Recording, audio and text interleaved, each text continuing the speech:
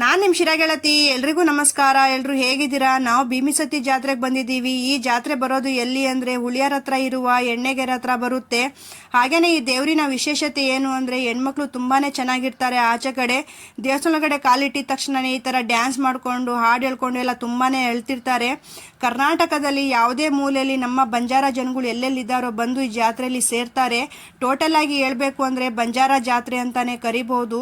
ಇಲ್ಲಿ ಪ್ರತಿಯೊಂದು ಐಟಮು ಕೂಡ ಸಿಗುತ್ತೆ. ನಮ್ಮ ಬಂಜಾರ ಡ್ರೆಸ್ಸು, ಗಂಡ್ಮಕ್ಳು ಹಾಕೊಳ್ಳುವಂಥ ಶಲ್ಯ, ಹಾಗೇನೆ ಚಿಕ್ಕ ಚಿಕ್ಕ ಮಕ್ಕಳು ಲಂಗಗಳು ಒಂದು ಸಿಗಲ್ಲ ಅಂತಲ್ಲ, ಪ್ರತಿಯೊಂದು ಐಟಮು ಕೂಡ ಈ ಜಾತ್ರೆಯಲ್ಲಿ ಸಿಗುತ್ತೆ.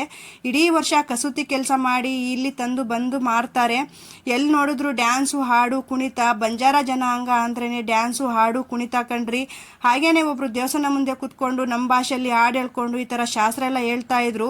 ಪೂರ್ತಿ ವಿಡಿಯೋನ ನನ್ನ ಯೂಟ್ಯೂಬ್ ಚಾನಲಲ್ಲಿ ಶೇರ್ ಮಾಡ್ತೀನಿ, ಮಿಸ್ ಮಾಡದೆ ನೋಡಿ. ತುಂಬಾ ಚೆನ್ನಾಗಿದೆ. ಹಾಗೆ ನನ್ನ ಫಾಲೋವರ್ಸ್ ಕೂಡ ಸಿಕ್ಕಿದ್ರು. ಅವ್ರ ಜೊತೆ ಎಲ್ಲ ಮಾತಾಡಿ ಫೋಟೋ ಎಲ್ಲ ತಗೊಂಡು ಬಂದೆ. ಹಾಗೆ ಫಾಲೋ ಮಾಡ್ತಾ ಇರಿ. Thank you for watching.